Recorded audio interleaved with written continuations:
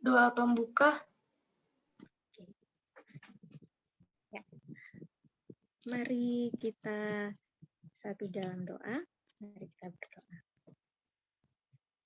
Allah Bapa yang Maha Kasih, kami mengucap syukur tiada terkira untuk kasih karunia-Mu ya Bapa, karena saat ini, malam ini, hanya dengan kasih-Mu juga Kau boleh kumpulkan kami dalam Sapa Minggu Teruna ya Tuhan, dan kali ini sudah bergabung dengan kami Gus Aan untuk membantu kami lebih mengenal lagi tentang saudara kami yang beragama Islam ya Tuhan. Tuhan Yesus Kau berkati setiap kami, berkati setiap orang yang terlibat dari Gus Aan, Bapak Pendeta, Kak Arli, Kak Timo, Keti, dan kami semua yang mengikuti dalam Zoom ini. Kiranya Tuhan Yesus mau sertai, Tuhan Yesus mau bimbing kami ya Tuhan. Kiranya kami dapat mengikuti diskusi ini dengan baik dan diskusi ini dapat berjalan lancar. Kau mau kuatkan setiap sinyal kami ya Tuhan dari awal diskusi ini sampai akhirnya ya Tuhan, dan kiranya dengan kasih-Mu juga yang dapat membimbing kami, membuat kami mengerti dan kami paham akan kepercayaan dan apa yang kami bisa pelajari dari saudara-saudara terkasih kami ya Tuhan. Inilah kami serahkan semuanya hanya dalam nama Tuhan Yesus. Kami berdoa dan mengucap syukur. Haleluya. Amin. Terima kasih. Iya, aku mau kembali menyapa semuanya yang hadir dalam Zoom kali ini. Selamat malam kakak-kakak dan juga teman-teman teruna yang hadir pada kesempatan kali ini dari berbagai tempat.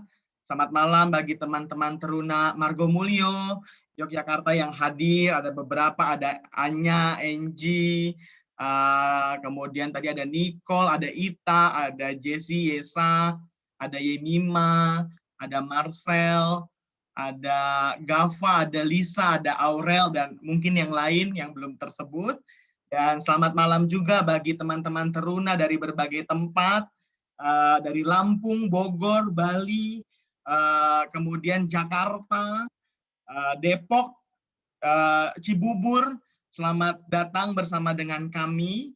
Dan selamat malam juga bagi kakak-kakak teruna yang boleh turut ambil bagian. Kami berharap kegiatan kami hari ini boleh menginspirasi kakak-kakak di jemaat masing-masing begitu.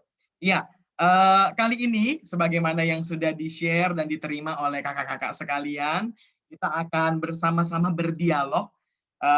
Walaupun saat ini narasumbernya hanya satu orang, jadi kita bisa keroyok bareng-bareng begitu. Oke ya Gus ya. Oke, ada Gus Aan Ansori selaku narasumber. Halo Gus. Iya, halo semuanya. Senang sekali bisa diundang di sini. Ini kayak aku mau ujian tesis saja ini di apa namanya? Ditanya banyak orang. Tapi aku sangat senang sekali bisa menjawab, dan biasanya tidak banyak orang Islam yang quote unquote berani ya.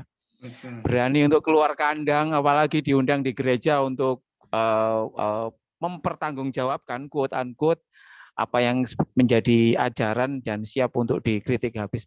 Belum banyak, Arli. Aku berharap ini kerja pionir yang akan banyak orang Islam melakukannya dan orang Kristen juga banyak yang melakukannya supaya kualitas dialognya menjadi lebih oke gitu. Betul. Gitu, Arli. Untuk itu kami bersyukur Gus Aan boleh bergabung bersama dengan kami begitu. Teman-teman sekalian, kakak-kakak, Gus Aan atau yang nama lengkapnya adalah Muhammad Ansori, tidak asing sebenarnya bagi jemaat Margomulyo. Sudah sempat beberapa kali, dan mungkin juga tidak asing bagi jemaat GPIB sebenarnya. Gus Aan ini sendiri sudah beberapa kali kami berdialog, sudah beberapa kali juga ada kontroversi dalam tanda kutip ya Gus Aan di jemaat Margomulyo. Nanti Gus Aan boleh cerita soal itu begitu. Nah, Gus Aan sendiri seorang pria kelahiran Jombang begitu. Dari biodatanya sejak kecil gitu kayaknya Gus sampai dengan menamatkan kuliahnya atau studi di perguruan tingginya di Jombang begitu. Gus Aan juga adalah seorang santri di berbagai pesantren selama 7 tahun, begitu. Jadi seorang Muslim tulen, begitu. Kemudian Gus Aan aktif dalam beberapa pergerakan mahasiswa, pergerakan juga di bidang multikultural, multireligius, begitu. Salah satunya pernah menjadi koordinator Gus Durian di Jombang dan saat ini Gus Durian di Jawa Timur dan saat ini menjadi koordinator jaringan Islam anti diskriminasi. Saat ini Gus Aan juga menjadi pengajar di mata kuliah Religion dan Pancasila di Univ Ciputra Surabaya dan juga sudah pernah mengisi beberapa kelas katekisasi dan pendalaman teologi. Ini mungkin sejajar dengan para pendeta yang biasa isi katekisasi, Gus Aan juga pernah mengisi katekisasi, salah satunya mungkin GKI Pondok Indah ya, yang Gus Aan pernah share juga di sosial media begitu. Sekali lagi senang Gus Aan bersama dengan kami. Dan yang kedua narasumber kita yang nanti juga akan mengantar kita dalam refleksi begitu terkait ngapain sih sebenarnya Teruna harus ngelakuin kegiatan ini, harus tanya jawab terkait hal-hal yang sifatnya sensitif ini. Ada Pak Pendeta Romi Pelupesi. Selamat malam Pak Pendeta. Selamat malam, salam sehat untuk kita semua. Selamat malam Gus.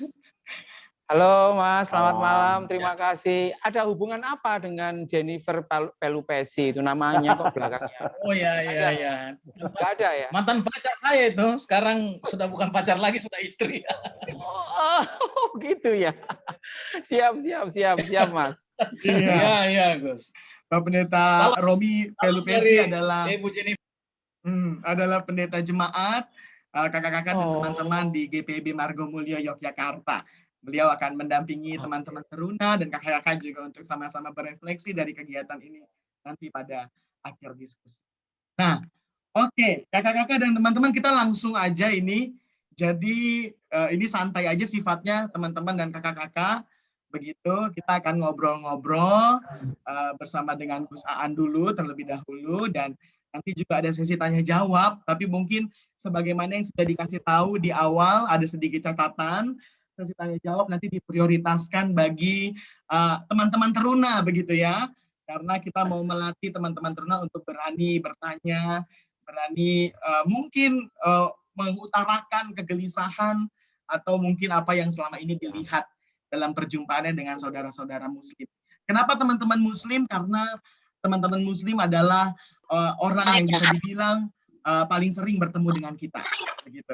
Jadi untuk itu kami memfokuskan pertemuan kali ini kepada saudara-saudara Muslim, dan syukur-syukur nanti lain waktu seperti harapan Kak Jess, ketua 3 kami, boleh berdialog dengan agama lain, walaupun teman-teman di Jogja sudah beberapa kali juga kakak-kakak dan teman-teman melakukan dialog interreligius. Misalnya sebelum pandemi kemarin, tahun kemarin, tepat sebelum pandemi, bulan Maret awal, kami juga melakukan kunjungan rumah ibadah.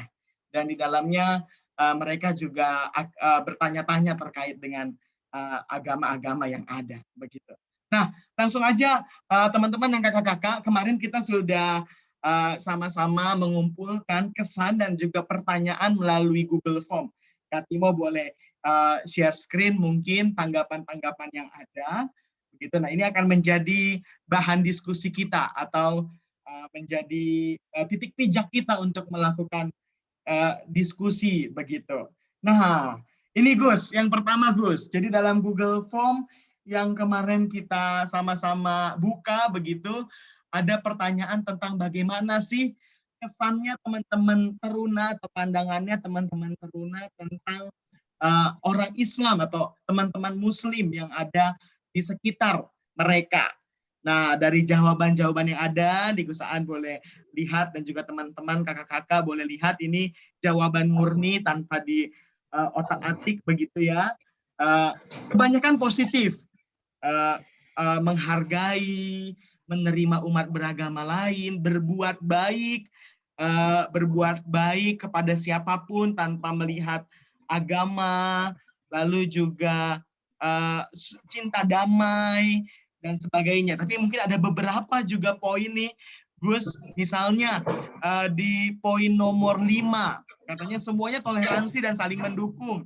Hanya ada satu yang menurutku meresahkan, walaupun yang jawab nih belum tahu apa yang satu itu maksudnya, yang meresahkan. Lalu kemudian aku juga tertarik kemarin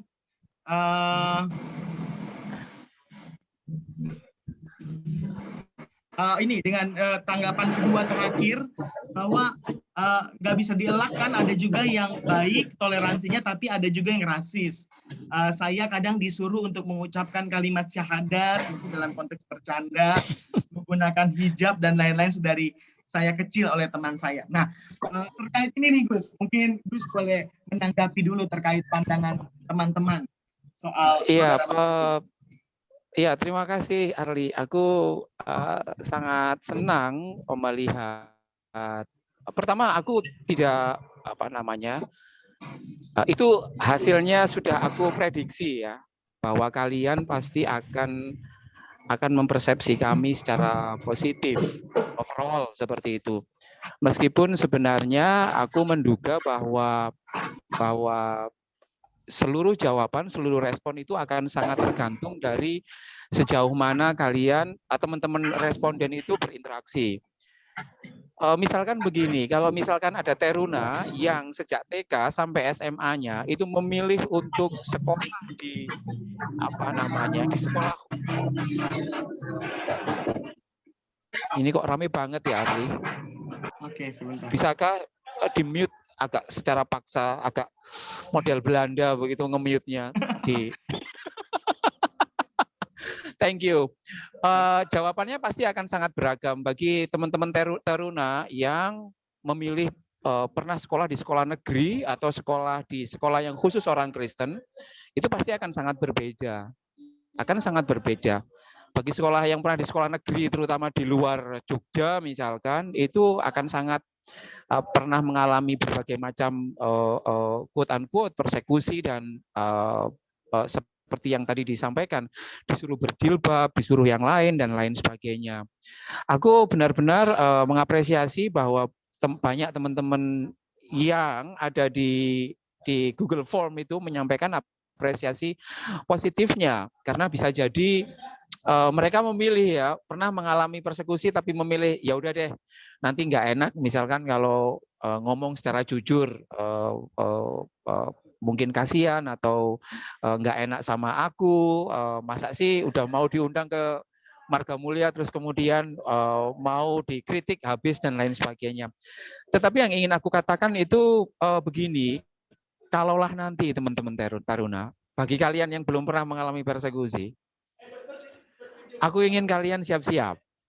Aku ingin kalian siap-siap bahwa cara pandang kami yang kalian persepsi sebagai persekusi itu persis seperti seekor kera yang hidup di darat lalu melihat ikan di air yang dari kacamata kera tersebut ia dianggap sedang tenggelam. Paham maksudku Arli ya? Lalu dia karena dia merasa kasihan dengan ikan tersebut, karena ia mempersepsi ikan itu seperti kera, maka ia ingin menolong ikan itu dan mengangkatnya ke darat supaya jangan tenggelam. Nanti Mas Romi bisa bisa menjelaskan ini. Jadi kera ini sebenarnya mungkin karena pertama dia didorong untuk menyelamatkan sebanyak mungkin orang supaya ia tidak tenggelam seperti dirinya. Tapi yang menarik, kera ini tidak dilengkapi ilmu tentang ikan. Sehingga apa? Sehingga ia mempersepsi bahwa semua orang itu hidup di darat. Sehingga kalau ia melihat ikan yang naturnya itu hidup di dalam air, dia melihat, oh jangan, dia nanti tenggelam, kasihan, harusnya dia diangkat seperti itu. Nah, kera ini harusnya banyak belajar tentang ikan, di mana orang hidup itu atau banyak sekali ciptaan yang hidupnya bermacam-macam. Nah, aku tidak tahu apakah teman-teman bisa menangkap pesan ini. Jadi aku pernah membaca tulisan dari mahasiswiku Islam yang kuliah di Ciputra. Dia itu punya teman Kristen dan dia menulis pengakuan, dia nulis bahwa dia itu sempat menangis ketika menemukan temannya yang masih Kristen. Dia sangat sayang sama temannya. Dan di dalam doktrinnya dia yang seperti kera itu, dia tidak bisa, dia nggak pingin temannya yang Kristen itu masuk neraka. Maka bentuk dari kasih sayangnya ini, ya ampun kamu jangan masuk Kristen dong, nanti kamu masuk neraka dan lain sebagainya. Padahal kalau kita membacanya dari perspektif yang Kristen fundamentalis, loh, kamu jangan memaksakan kehendakmu, memaksaku masuk Islam. Tidak seperti itu. Tidak seperti itu. Nah, aku menduga banyak orang yang mempersekusi orang-orang Kristen itu nantinya, kalau kalian misalkan dipaksa untuk berhijab, dipaksa untuk bersahadat dan lain sebagainya, kamu ketawain aja ya. Kamu ketawain aja, anggap saja teman-teman Islam yang seperti itu masih belum mendapatkan ilmu tentang ikan. Nah, tugas kalian yang dipersekusi untuk tidak mempersekusi balik. Karena apa? Justru kera yang seperti ini itu harus memahami bahwa ada makhluk hidup yang tetap bisa hidup, tetapi caranya berbeda dengan kera. Jadi aku berharap teman-teman bisa menangkap apa yang aku omongkan, Arli. Arli, kira-kira kamu paham nggak omonganku ini? Moga-moga nggak terlalu gitu ya. Jadi begitu. Jadi itu juga yang disampaikan oleh ibuku ketika aku kecil, ketika melihat misalkan Lydia Kando. Lydia Kando itu kan Kristen ya. Bagiku yang ini ya, yang apa namanya generasi baby boomers kayak aku pasti tahu Lydia Kando dan Jamal Mirdad. Ibuku ngefan banget sama Lydia Kando, tetapi dia selalu ngomong kayak gini. Lydia Kando itu manis dan lain sebagainya, sayang ya, kenapa kok dia Kristen? Bagi orang yang tidak paham itu dianggap ofensif terhadap kekristenan, tetapi bagi orang yang belajar psikologi ini bisa dilihat bahwa ia sangat tidak ingin ia masuk neraka berdasarkan cara pandangnya yang masih sempit. Ibuku cara pandangnya ya surga itu ya miliknya orang Islam saja.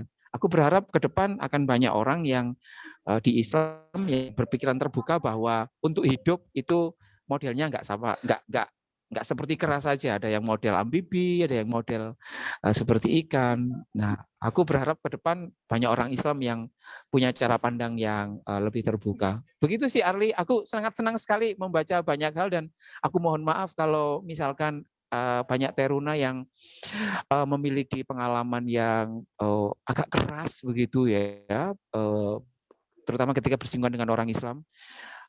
Maafkanlah mereka berapa kali ya, 70 kali 7 kali lah.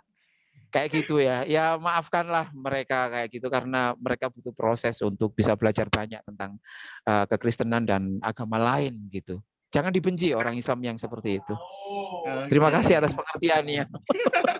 Iya, walaupun sebaliknya sebenarnya mungkin aja ada juga Gus orang Kristen yang juga beranggapan demikian begitu ya. Nanti Pak Pendeta Romi mungkin juga bisa begitu.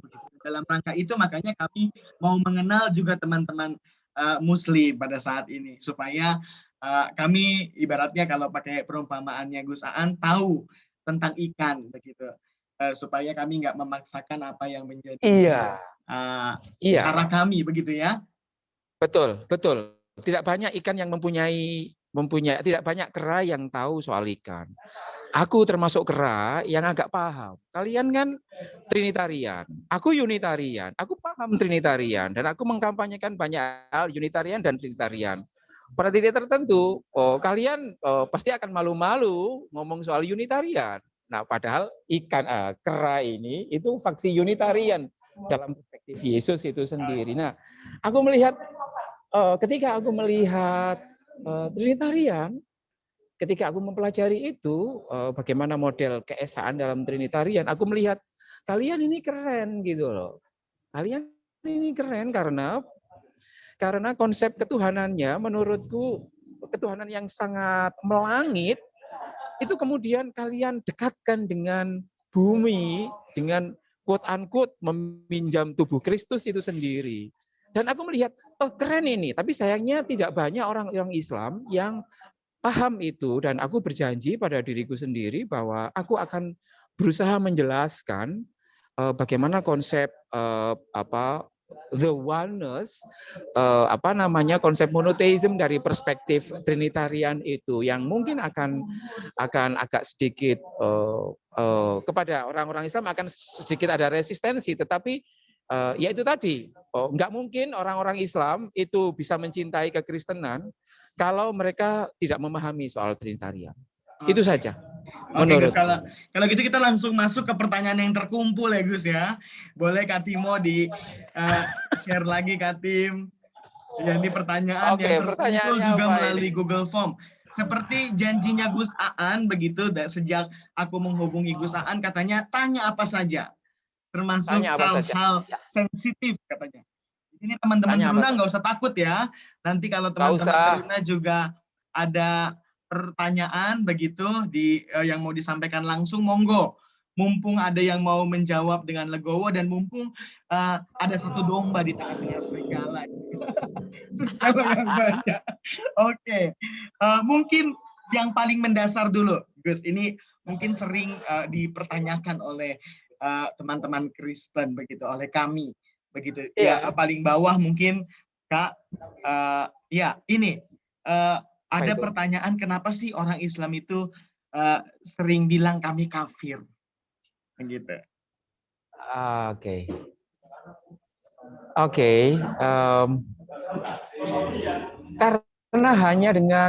Karena kami dididik untuk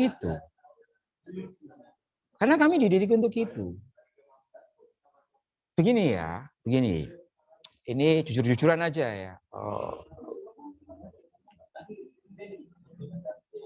Kami menganggap ini belakangan, aku refleksiku ya belakangan itu ya. Jadi begini ya, di dalam doktrin kami, doktrin klasik kami, bahwa setiap masa itu punya Tuhan itu mengirimkan kekasih-kekasihnya, nabi, rasul dan lain sebagainya, itu di setiap masanya. Jadi kalau misalkan orang-orang Israel itu diberi sosok seperti Musa, kemudian teman-teman Kristen diberi sosok seperti Yesus Kristus dan lain sebagainya, dan Islam diberi sosok seperti Muhammad.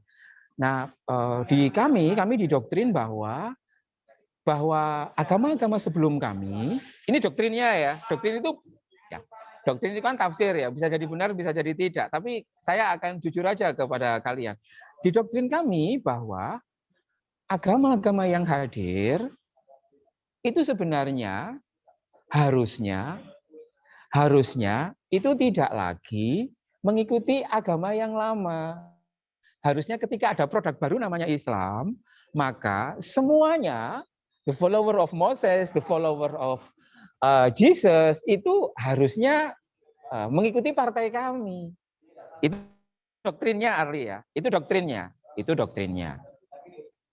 Sehingga apa? Sehingga ketika ada orang yang tiba-tiba quote-unquote tidak tunduk untuk nggak masuk Islam, maka kami akan mengatakan you are different, dan oleh sebab itu maka karena keselamatan itu adanya di kami, dan kami sudah menginvite kalian untuk kalau mau selamat itu harus masuk ke kami, dan kamu memilih untuk tidak mau ke kapal kami, then you are melakukan disersi, kamu melakukan pembangkangan.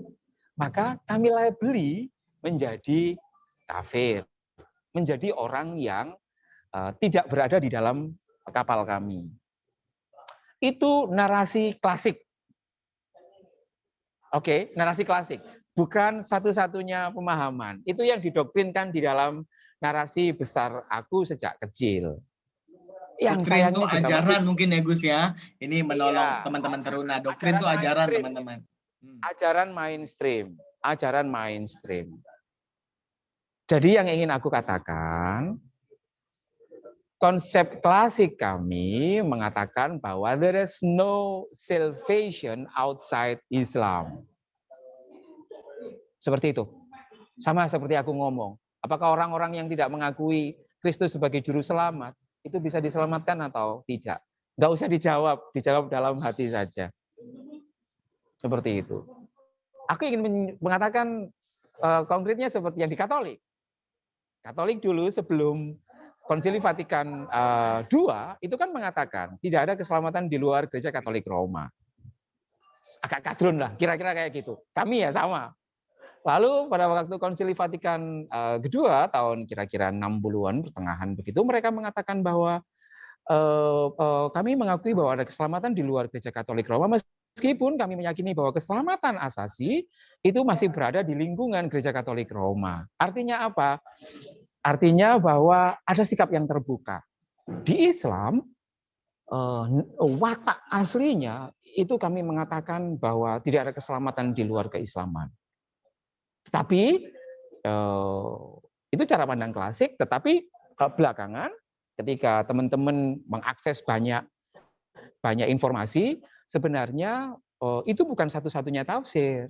Aku sendiri mengakui bahwa apakah ada keselamatan di luar Islam itu sendiri? Aku ingin mengatakan sangat mungkin ada. Sangat mungkin ada. Sangat mungkin ada. Gitu kan. Itu sama dengan pertanyaan apakah memungkinkan ada orang nyampe ke Jakarta tanpa menggunakan kereta api? Ya sangat mungkin. Bisa jadi ya menggunakan kapal terbang, bisa jadi ya menggunakan mobil, bisa jadi ya menggunakan sepeda motor, bisa jadi ya menggunakan kapal laut. Bisa. Begitu. Nah, sayangnya Arli, pertempuran katakanlah wajah Islam konservatif yang meyakini bahwa tidak ada keselamatan di luar Islam itu masih dominan. Masih dominan. Dan diajarkan hingga sekarang. Sebab kami meyakini cara kami untuk bagus, cara kami untuk baik, itu dilakukan dengan cara merendahkan yang lain. Kan ada dua cara ya Arli untuk mengatakan aku ganteng ganteng ketimbang yang lain. Pertama, aku ingin mengatakan bahwa untuk memperkuat kegantenganku, maka aku harus meletakkan orang sebagai orang yang jelek, gitu kan. Untuk menokohkan kegantenganku.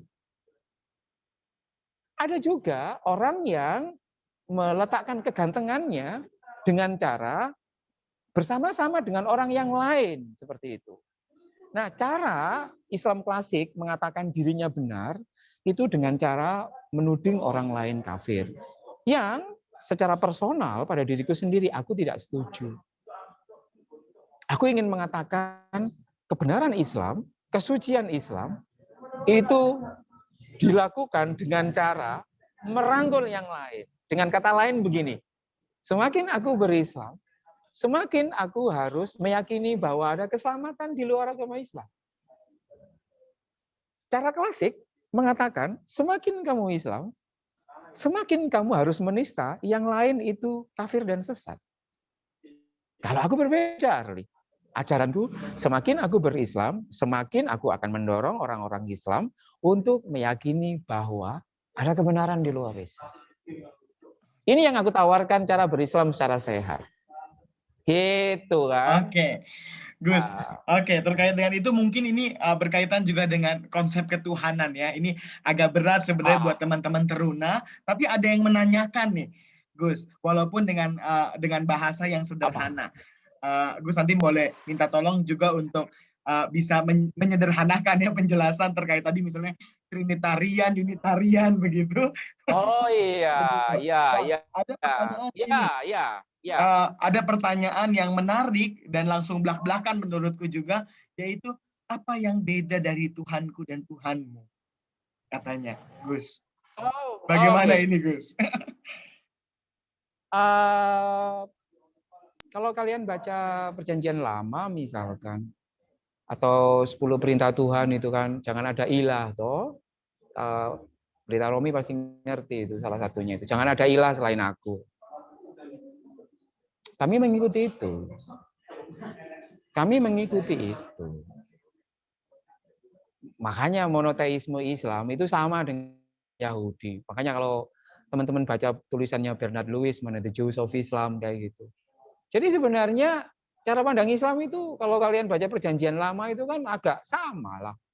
Mungkin nanti soal menstruasi dan lain sebagainya kalau kalian belajar Perjanjian Lama pasti paham. Seperti itu. Aku ingin mengatakan begini, bahwa konsep monoteisme itu konsep, jadi kan sama-sama ya, Islam, Kristen, Yahudi itu kan sama-sama agama yang monoteis. Sama-sama. Tapi caranya saja yang berbeda. Islam agak dekat dengan Yahudi. Modelnya binerik ya. Binerik. Binerik itu begini. Binerik itu tidak boleh ada Allah selain Allah itu sendiri. Persis sebagaimana kritik Protestan terhadap kekatolikan yang meletakkan Maria maupun patung-patung itu. Kalian kan mengatakan bahwa itu bagian dari kesyirikan karena ada ilah selain Yesus. Yang ingin aku katakan begini, Arli, menyederhanakan saja.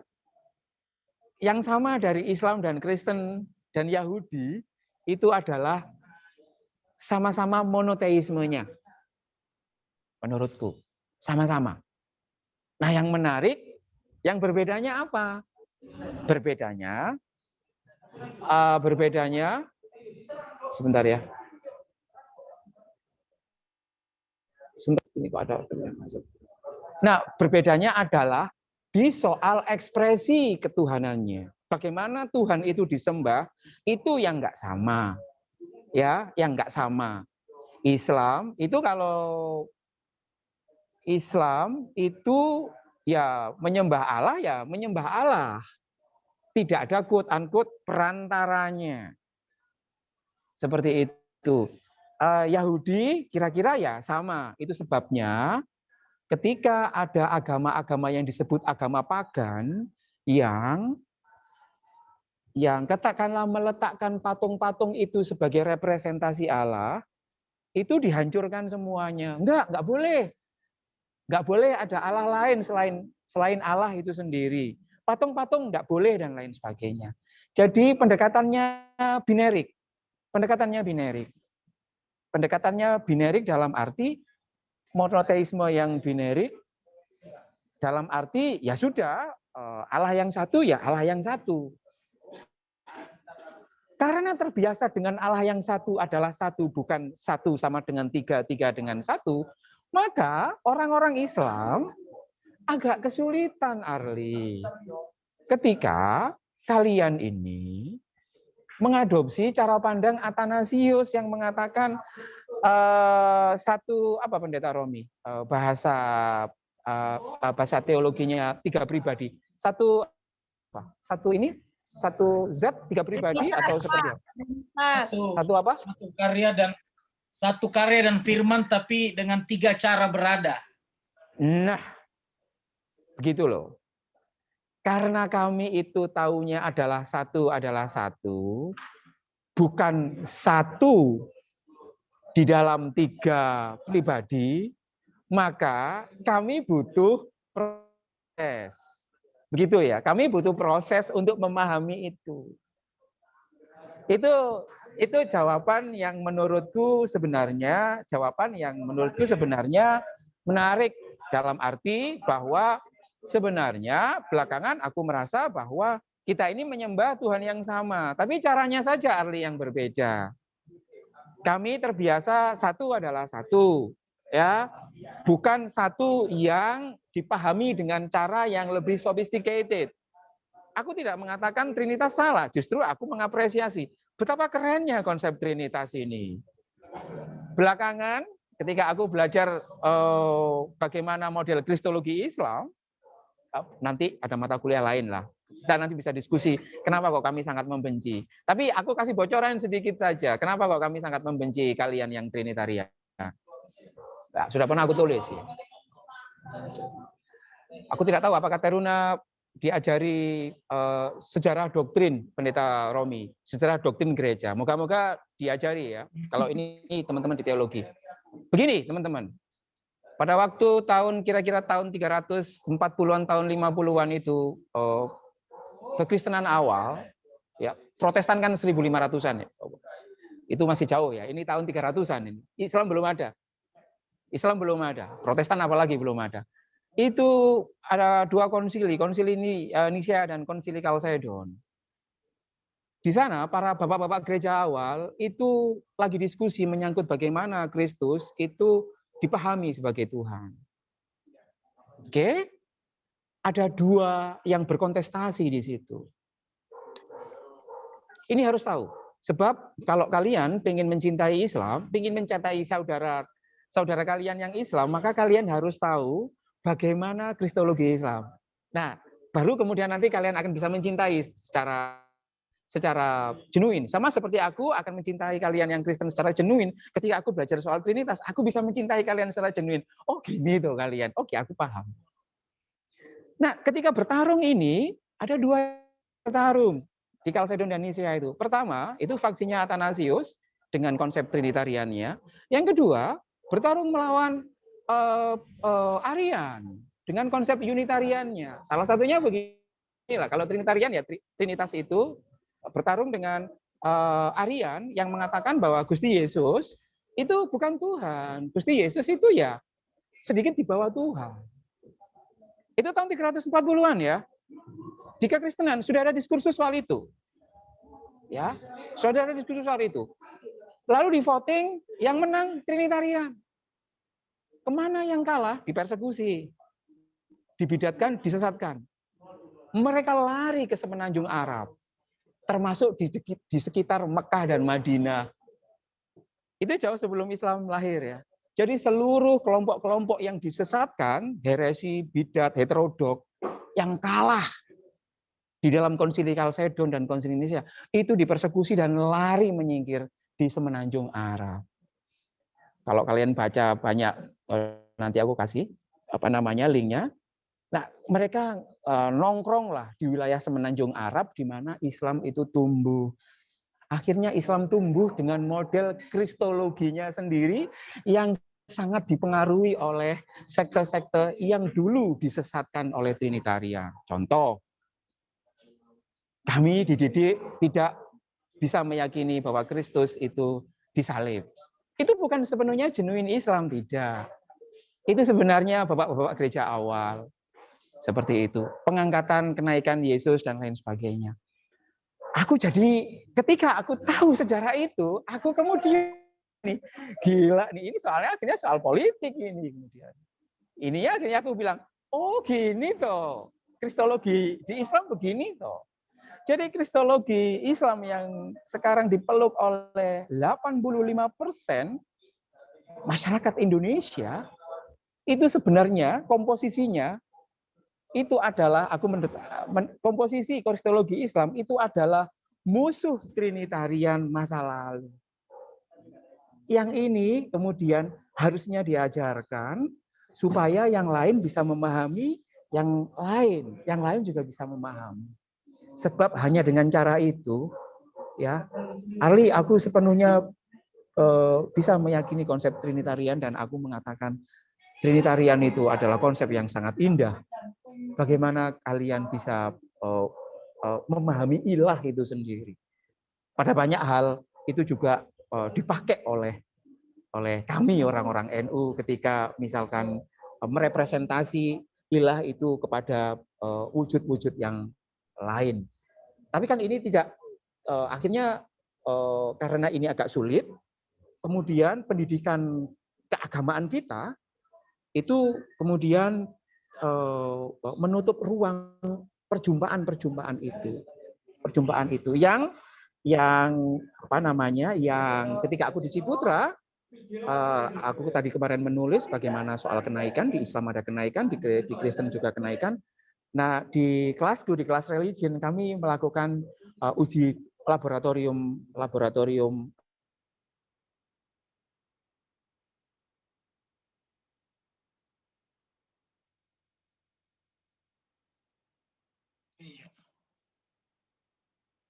Gus Aan, apakah sinyalnya terganggu?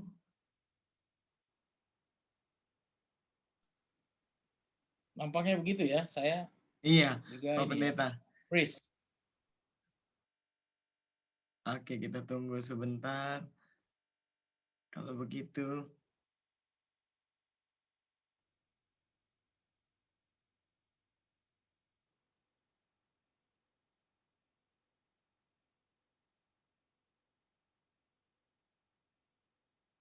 Iya, Gus masih bersama dengan kami. Oh, kepental. Iya, Pak Pendeta, ini ada beberapa istilah-istilah yang mungkin teman-teman teruna belum akrab begitu. Tapi berharap nanti ini Oke, jadi oke. bekal mereka ketika mereka katekisasi gitu ya Pak Pendeta ya. Jadi mungkin Ya, ya, ya. mereka udah nyolong-nyolong dikit. Tadi ada Trinitarian begitu, ada monoteis, kemudian Ya, ya. ada apa? Konsili dan segala macamnya. Nah, sedikit Pak Pen sambil menunggu Gus Aan kembali, mungkin bisa sedikit menjelaskan secara sederhana dan singkat terkait Trinitas tadi, Pak Pendeta. Berhubung ini Oke, oke. juga minggu ini kita Minggu Trinitas nih, Pak Pen. Baik, baik. Baik, baik. Saya minta share screen boleh ya, Boleh, boleh Pak Pen. Arli? Iya, boleh Pak Pen. Sudah. Iya, iya. Saya minta share screen. Baik.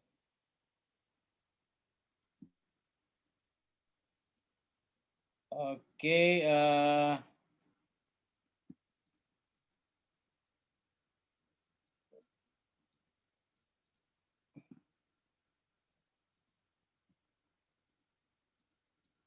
sebentar.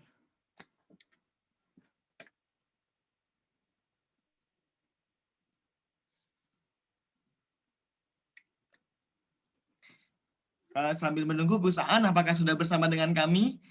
Gus?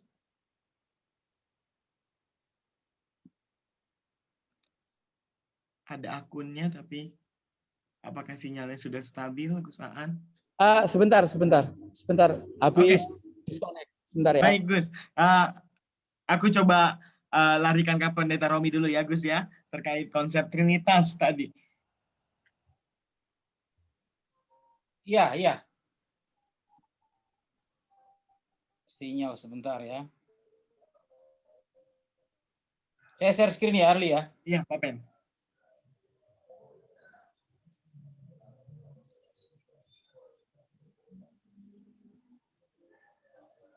Iya. Baik, teman-teman teruna, kita semua sebagai gambaran ya, menyambung tadi diskusi soal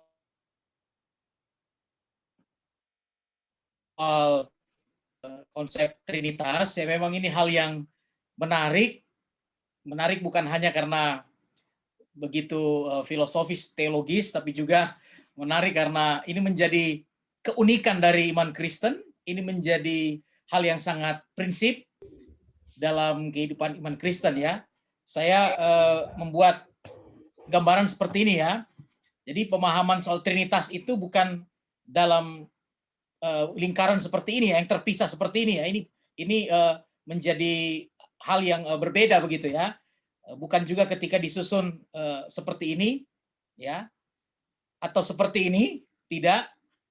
Tapi pemahaman soal Trinitas itu ibarat lingkaran atau lekukan ini dalam simbol gereja, tahun gereja dibuat seperti ini ya. Jadi 3 dalam 1, 1 dalam 3. Ya. Nah, 3 buah lekukan yang tidak terputus, saling bersambung, menyatakan keesaan dan kekekalan ya. Jadi ketunggalan dan kekekalan dari Tritunggal ya. Jadi di situ kita bisa lihat bahwa dalam keesaan itu ada ketritunggalan begitu, dan ketritunggalan itu juga memiliki keesaan ya. 3 dalam 1, 1 dalam 3, tidak bisa dipisahkan, tidak bisa saling meniadakan. Ketika satu itu hadir, kemudian yang lain tidak hadir begitu. Tidak demikian. Jadi kalau ada konsep mengatakan misalnya begini ya, kalau saya jadi ayah itu biasanya seperti itu. Saya jadi ayah di rumah dipanggil papa oleh anak saya. Kalau saya ke gereja saya jadi pendeta, dipanggil pendeta. Kalau saya jadi teman-teman saya di waktu SMA di Makassar misalnya, mereka panggil saya Ambon, maka bisa digambarkan seperti itu. Tidak demikian begitu, ya. Tetapi ketritunggalan atau ajaran tentang pemahaman tentang Allah Tritunggal, ya, Trinitas itu menjadi sebuah pengajaran yang mau menunjukkan bahwa di dalam Trinitas itu ada nilai relasi sebenarnya di dalamnya, ya. Misteri Trinitas itu memberi inspirasi untuk kehidupan spiritualitas Kristiani sebenarnya juga, ya. Jadi tidak hanya bicara soal kehadiran Allah yang saya katakan tadi satu dalam karya dan firman, tetapi dia hadir dalam 3 cara berada. Jadi boleh dikatakan bahwa Allah hadir dalam kehidupan kita sebagai firman yang satu dan karya yang satu, tetapi dia bahasa kalau pendeta Eben Umatimo katakan mengulangi dirinya 3 kali begitu, ya, sebagai Allah Bapa, Putra, ya, Yesus, ya, dan Roh Kudus begitu. Jadi Allah yang hadir mengulangi dirinya 3 kali, 3 cara berada, dan di situ sebenarnya menggambarkan tentang bagaimana Allah itu hadir dengan keberadaannya yang tidak dapat saling memisahkan, saling meniadakan satu dengan yang lain, tapi saling menyempurnakan satu dengan yang lain dalam kehadirannya. Karena itu ada relasi yang begitu kuat yang tidak bisa saling meniadakan. Nanti mungkin akan masuk pada soal aplikasinya atau apa pesan-pesan dari konsep ini dalam kaitan dengan kebinekaan bangsa, kemajemukan kita, ya. Mengutip apa yang disampaikan Jurgen Moltmann bahwa there is no person without relation and there is no relation without person either. Jadi ya kita tidak akan mungkin bisa hidup tanpa berelasi.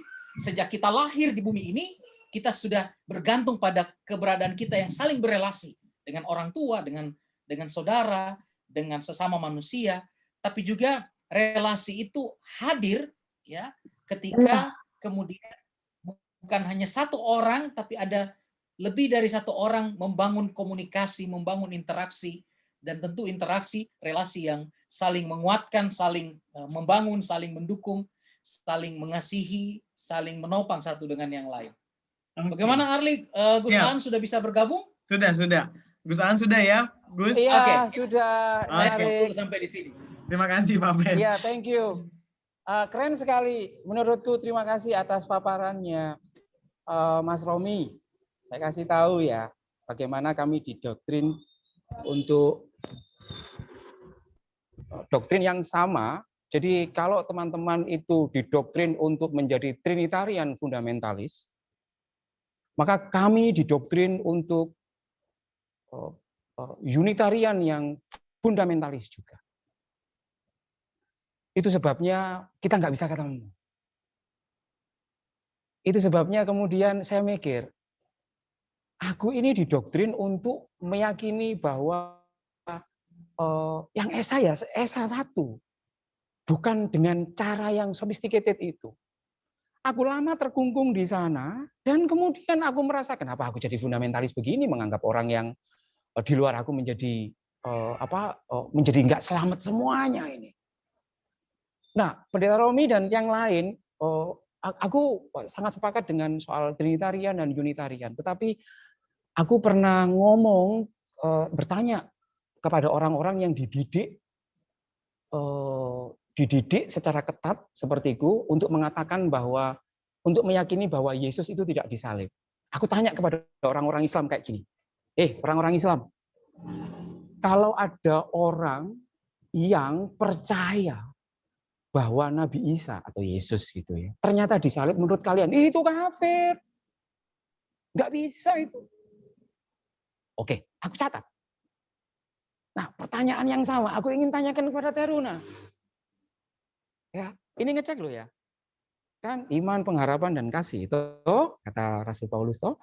Aku mau tanya ini, misalkan teman-teman, kalau ada orang yang mendaku dirinya Kristen, tetapi ternyata ia tidak misalkan mempercayai Trinitarian. Ia masih dianggap Kristen atau tidak? Enggak usah dijawab. Enggak usah dijawab.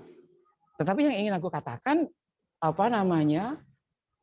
aku ingin mendorong teman-teman Muslim itu bisa tidak lagi mempersekusi orang-orang kekristenan Trinitarian dengan cara mensupport mereka, orang-orang Islam, untuk bisa memahami. Gini loh, nalar Trinitarian itu begini. Mereka itu monoteis, tapi cara pandangnya seperti ini. Yang berbeda dengan kalian, kayak gitu. Nah, dengan cara itu kemudian banyak teman-temanku yang juga mulai berpikir, dia tetap dengan keimanannya yang Unitarian, tapi di satu sisi dia juga bisa membenarkan Trinitarian.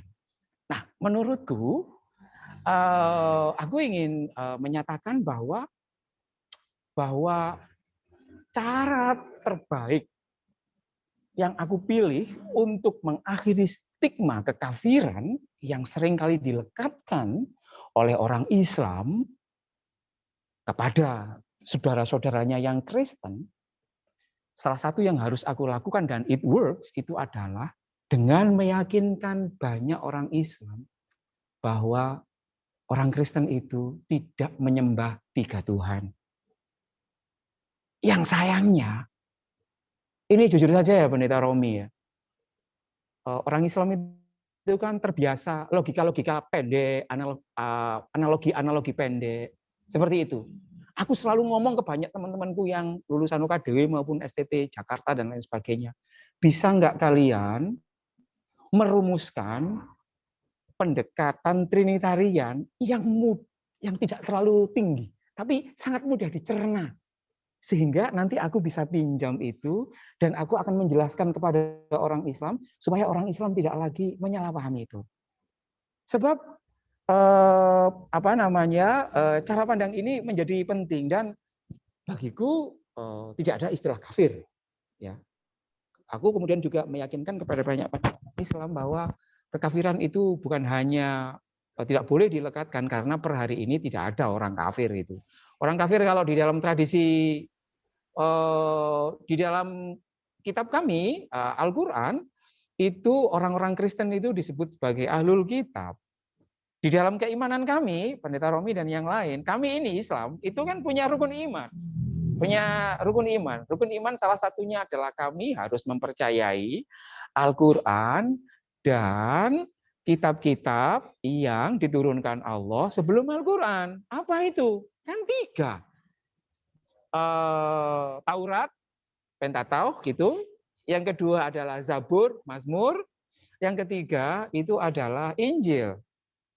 Nah, sayangnya doktrin yang sangat keren ini oleh bapak-bapak awal kami, oleh karena sudah dididik untuk membenci quote-unquote kelompok Kristen Trinitarian, akhirnya didoktrin bahwa Injil yang sekarang ini adalah palsu dan lain sebagainya. Tetapi ketika kami tanya, mana yang asli? Ya dia nggak bisa jawab begitu. Aku bilang, wah kamu itu sukanya kok mengadu domba orang Islam sama orang Kristen saja. Jadi menurut saya begitu, Arli. Oke, Gus. Moga-moga bisa dipahami. Ini kita rasanya nggak enak juga ngobrol cuma berdua, bertiga gitu ya, Gus. Jadi teman-teman teruna, monggo dipersiapkan gitu pertanyaannya. Teman-teman boleh bertanya langsung gitu dalam kesempatan kali ini. Silakan. Tentang apapun, apa saja. Sesensitif apapun ya, Gus ya. Boleh. Aku akan jawab dengan jujur. Iya, teman-teman boleh siapin, jujur. Bahkan dengan kata-kata teman-teman aja, jadi nggak usah. Iyalah, lu-gue-an nggak apa-apa. Dan maksudnya no problem. Nggak usah perlu juga dengan dalam tanda kutip bahasa yang kemudian teman-teman kebingungan sendiri gimana ngerangkainya. Monggo teman-teman boleh tanya, disiapin, tapi sambil teman-teman nanya ini mungkin pertanyaan ini, nih Gus, pertanyaan apa namanya? Silakan. Pertanyaan terakhir untuk memancing. Setelah itu teman-teman teruna boleh aku kasih kesempatan untuk bertanya. Begitu. Nah, di Islam sendiri kan kemudian ada mungkin karena konsep ketuhanan yang tadi Gus, tentang apa satu Tuhan atau monoteis tadi, atau yang tadi istilahnya juga Unitarian begitu. Kemudian muncul satu sosok yang mungkin tidak ada dalam kekristenan, Ya, dan tidak dianggap seperti Yesus atau Isa Al-Masih dalam kekristenan, yaitu Nabi Muhammad begitu. Nah, iya. untuk itu mungkin Gus boleh sedikit jelaskan siapa Nabi Muhammad itu sendiri. Dan tadi ada pertanyaan sebenarnya dari Teruna yang dikumpulkan lewat Google Form itu, apakah Nabi Muhammad memiliki mujizat, dan kalau ada, apakah mujizat yang pernah dibuat oleh Nabi Muhammad begitu. Oh iya, terima kasih. Ya, di dalam tradisi pengajaran kami, Nabi Muhammad itu ya adalah sosok spesial ya, sosok spesial yang memang dianggap dikirim oleh Tuhan. Spesialnya itu sejajar dengan nabi-nabi yang lain, seperti itu. Jadi kan begini, di cara pandang klasik kami itu kan begini, Tuhan itu pengen manusia ini baik, maka untuk menjadi baik, ia kirim messengernya begitu ya, ia kirim messengernya gitu kan. Ya sama lah dengan misalkan GPIB pengen orang ini baik, maka ia kirim pendeta-pendetanya untuk mendidik. Nabi Muhammad itu dipercaya adalah menjadi nabi yang ke-25, rasul yang ke-25, yang kira-kira tugasnya ya sama lah dengan Nabi Isa, Yesus dan juga Musa itu, yakni membawa kabar baik dari Tuhan, kabar baik dari Gusti, berkaitan dengan bagaimana untuk menjadi orang yang baik. Nah, kalau di dalam bahasa Al-Qur'annya itu adalah begini, wa ma arsalnaka illa rahmatan lil alamin. Muhammad, aku tidak akan mengutusmu kecuali hanya untuk mendorong orang-orang atau menjadi rahmat bagi alam semesta ini, menjadi terang dan garam lah kalau di dalam istilah Alkitab itu. Seperti itu. Jadi Nabi Muhammad sebenarnya dalam tanda petik itu adalah manusia biasa yang kemudian dipercaya menerima apa yang disebut sebagai wahyu dari Tuhan, dan dipercaya oleh banyak orang Islam sebagai wahyu, sebagai pemimpin, sebagai orang yang harus diikuti terkait dengan bagaimana menjadi baik. Bagaimana menjadi baik. Yang sayangnya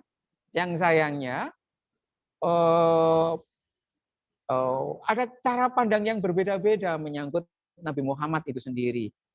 Misalkan para pengebom gereja, bombers gereja di katedral, bombers gereja di banyak tempat dan lain sebagainya, itu juga meyakini Nabi Muhammad itu nabinya. Gitu. Tapi kelakuannya seperti itu. Menarik toh? Bagaimana kita memandang sosok yang satu, tetapi kemudian lensanya berbeda-beda. Aku itu juga meyakini, tapi aku nggak ngebom. Gitu. Aku juga malah mengecam seperti itu. Itu betapa kompleksnya cara dan model beragama kami yang saya kira mungkin di kekristenan tidak mengalami turbulensi interpretasi teologis yang sedahsyat di Islam. Aku tidak tahu. Tetapi kalau yang lama-lama dulu kan ada, misalkan model Ku Klux Klan, ya ada white supremacy. White supremacy itu kan menggunakan Alkitab untuk menjustifikasi perbudakan. Yang itu juga nggak diokein tuh. Donald Trump itu juga pengikut Kristus sejati, Trinitarian. Tapi banyak juga orang Kristen yang Trinitarian juga nggak oke dengan model kekristenannya Trump seperti itu. Nah, itu. Jadi Nabi Muhammad dianggap sebagai sosok yang menurutku inspiratif, yang dimana orang bisa menggali banyak tentang nilai-nilai spiritualitas yang menariknya, seperti yang tadi aku sampaikan, model ekspresi cara mendapatkan spiritualitasnya oleh orang-orang, tiap orang itu berbeda-beda. Ada yang modelnya kayak Amrozi, modelnya seperti Rizik Syihab, modelnya seperti Amin Rais, ada yang modelnya seperti Gus Dur, Gus Miftah, MUI, macam-macam gitu. Nabinya ya satu, keren toh. menurutku. Nah, terkait dengan mukjizat, aku kira sangat banyak ya. Nggak usah diverifikasi apakah ini secara akademik ini terjadi atau tidak begitu ya. Namanya juga mukjizat. Ketika di Alkitab mengatakan apa namanya Yesus bisa memberikan makan ribuan orang dengan roti dan ikan, itu bagaimana penafsiran akademik dan saintifiknya, pasti banyak cara untuk menjelaskan. Tetapi kalau kalian baca bukunya Kenneth L. Woodward misalkan yang judulnya The Book of Miracles, The Meaning of the Miracle Stories in Christianity, Judaism, Buddhism, Hinduism, and Islam, kalian akan bisa mendapatkan satu chapter cerita sendiri menyangkut soal kemukjizatan Nabi Muhammad. Misalkan ia dipercaya di dalam tradisi kami itu bisa membelah bulan begitu ya. Aku juga nggak bisa membayangkan gimana itu bisa membelah bulan itu. Lalu dia bisa dipercaya bisa apa namanya melakukan peristiwa Isra Mi'raj, misalkan Mekah ke Yerusalem dan ke atas naik itu dalam waktu 1 bulan. Kadang-kadang kalau dipikir juga mana bisa itu 1 malam bisa kayak gitu. Dia juga dipercaya bisa menyembuhkan orang dengan cara menyentuh saja. Banyak sekali, banyak, ada sekitar 20-an, 30-an yang diajarkan kepada kami. Yang kadang-kadang aku juga lupa ini mukjizat yang mana lagi. Konon ini aku kan juga tidak tahu ya benar atau tidak. Tapi ini juga dipercaya bahwa ketika Nabi Muhammad juga dipercaya untuk bisa menurunkan hujan ketika Madinah itu menjadi kering kerontang. Yang paling ultimate barangkali juga adalah salah satu mukjizat Nabi Muhammad itu adalah dalam bentuk Al-Quran itu sendiri. Di mana ya itu tadi orang bisa membunuh dengan menggunakan basis Al-Quran. Orang bisa mengecam pembunuhan itu dengan menggunakan basis Al-Quran. Jadi aku kira Al-Quran itu kitab yang unik, kitab yang mungkin sama dengan kitab-kitab yang lain, di mana kalau kita mau mencari justifikasi teologis untuk melakukan praktek penindasan ada di situ. Kalau kita mau melakukan praktek kasih sayang itu juga di situ. Jadi orang Islam mempercayai bahwa salah satu kemukjizatan terbesar dari Nabi Muhammad itu adalah the Al-Quran itself. Seperti itu, Arli. Oke. Thank you. Oke, Gus, makasih. Oke, teman-teman teruna, ini kesempatan teman-teman untuk menjawab. Kakak-kakak yang ada tahan ya. Tapi kakak-kakak pasti bangga kalau ada teman-teman teruna yang mau tanya, gitu, berani nanya pada kesempatan kali ini. Ini jarang-jarang kesempatannya. Boleh, kalau mau ada yang tanya, teman-teman boleh langsung sebut nama, boleh raise hand dulu atau boleh chat dulu. Silahkan ya, nanya, enggak apa-apa. Apa namanya? Aku nggak gigit kok. Mendingan kamu tanya begitu ya, karena aku juga kalau kamu nggak tanya itu kan, ini kan sama kayak orang pacaran toh. Misalkan aku pacaran sama kamu, aku melakukan KDRT, lalu kamu ditanya, kamu sama Aan baik-baik saja? Iya, aku baik-baik saja. Padahal sebenarnya aku sering melakukan KDRT ke kamu. Nah, semakin itu dipendam, maka nggak tahu ini mungkin akan seperti dam begitu ya. Gitu. Mendingan diomongkan, kenapa sih kok bisa kayak gini? Kenapa sih orang Islam kok banyak yang kayak gini dan lain sebagainya. Silakan saya tanya apa saja dan nggak akan berlaku hukum penodaan agama, nggak berlaku di sini ya. Kalian bisa nanya apa saja, marah-marah juga boleh. Oke, monggo, adakah teman-teman teruna yang mau tanya atau mau cerita terkait pengalamannya? Oh, ini ada yang nanya, Gus, melalui chat. Jose, kenapa ibadah harus 5 kali sehari? Apa ada cerita di balik sholat 5 waktu? Makasih ya Jose ya. Makasih udah berani nanya. Thank you, Jose. Ini Jose atau Jose? Jose, Kak. Jose ya. Ya. Thank you. Kenapa 5 waktu? Nggak tahu ya, kenapa 5 waktu itu? Mungkin begini, Jose. Mungkin begini ya. Mungkin ya. Aku juga didoktrin untuk ya lu tahu nggak tahuan pokoknya 5 waktu it is okay. Aku akan lakukan. Tapi belakangan aku mengambil perenungan pribadi. Mungkin manusia itu kan seringkali akrab dengan dosa. Akrab dengan dosa. Barangkali 5 waktu itu adalah upaya supaya kalian sering-sering kali melap kacamata kalian. Anggap saja ini helm ya, helm kalian. Helm, kalau ketika kalian suka pakai helm itu kan, bayangkan kalau helm itu digunakan terus-menerus, tapi nggak pernah kamu lapin, ya konsekuensinya seperti itu. Tetapi kalau minimal 5 hari, minimal sekali 5 kali dalam sehari dilapin, itu ya kira-kira wajahnya atau helmnya akan lebih kinclong lah. Seperti itu. Apakah ada cerita di balik itu? Oh ada.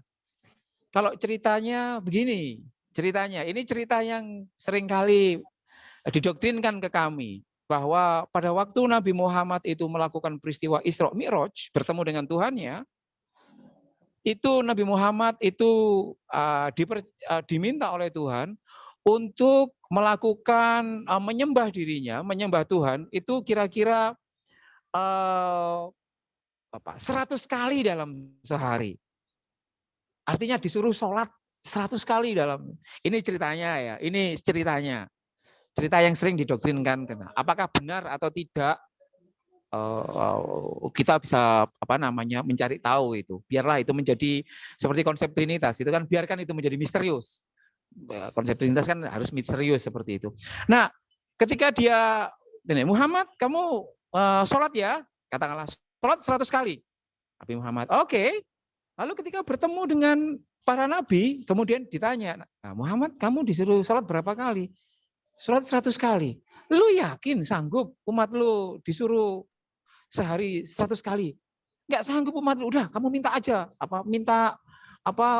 potongan begitu ya. Minta restitusi gitu.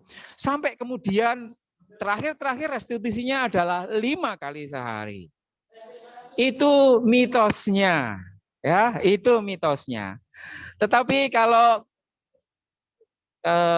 itu mitosnya seperti itu. Nah, belakangan aku tidak terlalu yakin, Arli. Aku kemudian melakukan googling. Ini sebenarnya gimana tuh? Kok jadi 5 kali itu gimana? Kapan ini kayak gitu? Aku tracking di Google Scholar. Aku tracking di JSTOR. Aku tracking di sesuatu yang quote unquote itu more academical begitu. Dan aku mendapatkan bahwa sesungguhnya development of Islamic praying itu mengalami perkembangan yang tidak serta-merta. Dalam arti begini, aku dulu mempersepsi bahwa perintah 5 kali sehari itu langsung dari Tuhan di Quran. Tapi ternyata di Quran tidak menyebut 5 kali sehari. Jadi para sarjana itu kemudian melakukan penelitian di Al-Quran, setauku itu tidak ditemukan 5 kali sehari. Nah, arkeologi arkeologi historis di dalam teks-teks hadis dan lain sebagainya menemukan bahwa ada satu kesimpulan, ini tesisnya salah satu mahasiswa luar ketika ia menyelidiki soal the history of praying in Islam, itu dijadikan disertasi di University of Leuven. Ia menyebutkan bahwa sangat mungkin pada saat zaman Nabi itu istilah 5 waktu belum ada. Tapi ini tidak banyak orang Islam yang tahu loh ya, kecuali kalau dia itu membaca hasil disertasi itu. Jadi di Islam didoktrin 5 kali sehari. Itu ya Nabi Muhammad melakukan 5 kali sehari. Ya itu harus diimani dan lain sebagainya. Tapi belakangan aku mengetahui bahwa 5 waktu itu berevolusi. Dan evolusi itu terjadi ketika masanya dinasti Umayyah dan dinasti Abbasiyah. Which is itu sekitar tahun 700 sampai 800 setelah Nabi Muhammad meninggal. Nah, sayangnya orang-orang Islam itu tidak cukup dicerahkan dengan cara pandang seperti itu. Biasanya cukup dicerahkan dengan ya sudah ini langsung negosiasi dengan Tuhan 5 waktu, ya itu apa namanya narasinya dan itu yang harus kamu imani. Padahal sebenarnya menurut kajian sejarah, kajian hadis, tidaklah sesederhana itu. Begitu Arli. Oke. Thank you. Cukup menjawabkah Jose? Atau masih ada yang mengganjal di hatimu? Boleh merespon kalau misalnya cukup atau ada yang mengganjal. Oke, ditunggu ya responnya Jose ya. Teman-teman yang lain ada? Teman-teman teruna yang lain mau bertanya? Kak. Oke, Kak, Enji, siapa Kak. ini? Enji. Oh, oke, Enji. Boleh Enji dari Margo Mulyo? Ya. Silakan Enji. Kan ya, selamat malam semuanya. Oke, kan biasanya tuh ya, kalau Lebaran atau apa, biasanya kan teman-teman Kristen ini sering kayak selamat Lebaran. Itu katanya tuh kalau buat teman-teman Muslim katanya tuh kayak sebuah berkat gitu ya. Tapi kenapa ya kalau misalnya waktu Natal gitu teman-teman Muslim nggak kayak mau ngucapin tuh katanya nggak boleh. Itu kenapa ya? Kasih. Oke, terima kasih. Enji, Oh, mantap. thank you. Iya, Bagus. thank you. Enji, begini Enji. Sejak awal kan tadi aku dilihat ya, aku sudah katakan bahwa cara klasik kami, ingat, cara konservatif kami itu adalah dengan cara purifikatif. Purifikatif itu bahwa kebesaran kami itu dicapai dengan cara mengunggul-unggulkan kami, tapi tidak dengan cara mengunggulkan yang lain. Itu cara klasik kami ya. Sekali lagi, cara klasik kami yang dulu pernah aku lakukan, tapi sekarang aku berhenti untuk melakukan itu. Gitu. Kami itu dididik untuk senang ketika Angie mengatakan selamat Natal ya dan lain sebagainya, selamat Hari Raya. Oh, kami senang. Oh, terima kasih dan lain sebagainya. Kami dididik untuk senang sekali menerima kebaikan. Dan bahkan ini agak jahat sih sebenarnya. Ketika Angie misalkan mengucapkan selamat Natal kepada aku, di mana aku masih cara pandang yang klasik, aku kemudian ya Allah, alhamdulillah Angie mengucapkan selamat Natal. Mungkin ini selamat Hari Raya Idul Fitri kepadaku. Barangkali ini tanda-tanda ia akan mendapatkan hidayah. Gitu. Maaf, jangan marah dulu ya. Jangan marah dulu. Ya, ketika ada orang lain mengatakan Angie, semoga kamu mengatakan semoga Angie mendapatkan hidayah. Itu mohon jangan dipersepsi secara emosional karena kami ini masih seperti kera yang belum tahu ikan. Gitu ya cara pandangnya, sehingga kamu masih tetap bisa merangkul kami meskipun kami agak tidak mengetahui soal kalian seperti itu. Nah, itu cara pandang klasik kami. Cara pandang klasik kami yang kedua adalah kami dilarang untuk mengucapkan selamat Natal. Karena kami ditakut-takuti. Ditakut-takutinya begini, Angie. Awas ya, katakanlah aku lah Ustadz sama kiai-kiai klasik begitu ya. Awas, kamu jangan mengucapkan selamat Natal loh ya. Kalau mengucapkan selamat Natal, berarti kamu mengakui bahwa Yesus adalah Tuhan. Nah, kami kan kemudian karena kami tidak diajari bagaimana konsep teologi kekristenan, maka kami ya percaya saja. Ya wis enggak lah. Seperti itu. Jadi kami itu di istilah di Jombang itu diweden-wedeni, ditakut-takuti bahwa kalau kamu mengucapkan selamat Natal itu berarti kamu meyakini bahwa kamu adalah telah mengimani bahwa Yesus adalah Tuhan, dan ketika Yesus adalah Tuhan berarti kamu syirik, dan kalau kamu syirik kamu tidak bisa Islam lagi. Kalau tidak Islam lagi berarti kamu nanti masuk neraka. Siapa yang nggak takut jika diprovokasi seperti itu? Ya, diprovokasi seperti itu. Yang salah siapa? Menurutku yang salah itu adalah bukan orang yang takut ini, yang salah itu adalah elit-elitnya itu yang tidak memberikan pemahaman yang pas. Jadi ketika ada orang, temanku sendiri, Angie, yang mengatakan, aku nggak mau mengucapkan selamat Natal karena aku nggak mau masuk neraka, aku nggak marah sama dia, Angie. Karena apa? Oh, kamu ini korban dari provokasi itu. Akan aku jelaskan, enggak apa-apa, kamu meyakini seperti itu. Tapi maukah kamu membaca ayat di Al-Quran yang mengatakan di surat Al-Maryam itu, aku tunjukkan pada dia. Al-Quran itu loh mengucapkan selamat Natal. Dengan caranya sendiri. Wassalamu alayya yauma wulitu wa yauma amutu wa yauma ub'atsu hayya. Keselamatan ditujukan padaku, Isa, Yesus, di hari aku dilahirkan, di hari di mana aku diwafatkan, di hari di mana aku dibangkitkan kembali. Aku bilang ke orang Islam, ini loh cara Al-Quran mengucapkan selamat Natal itu caranya seperti ini. Jangan mau kamu dibohongi oleh banyak orang Islam yang melarang Natal itu. Karena di Al-Quran itu juga mengucapkan selamat Natal. Tolong pikirkan kembali ya. Jadi I give them an option. Seperti itu. Aku berharap dia membaca itu sih. Karena aku kan nggak mau dogmatis ya. Aku nggak mau dogmatis. Aku kasih, kamu boleh versi MUI atau boleh menggunakan Islam model sepertiku. Silakan kamu bisa melakukan itu. Jadi yang ingin aku katakan bahwa banyak orang NG yang masih didoktrin dengan cara konservatif, dan yang aku ingin kamu lakukan NG adalah jangan pernah berhenti mengucapkan selamat Idul Fitri kepada mereka, ya.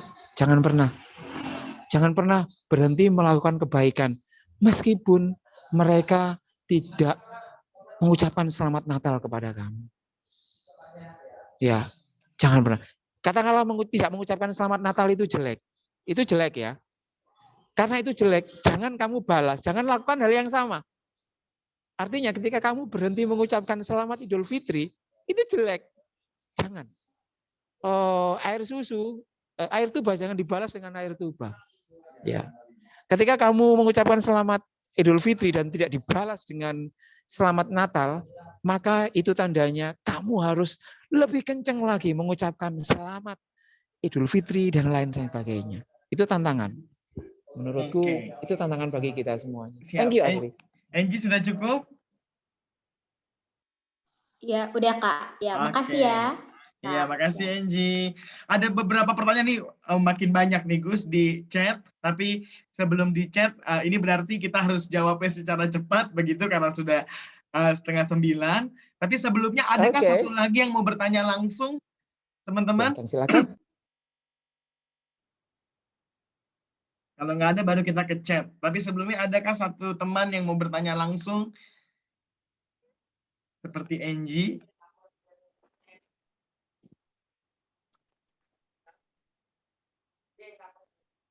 Aku deh Kak, aku mau nanya. Oke, siapa? Boleh? Aku dari Yohana, dari JPB Maranatha.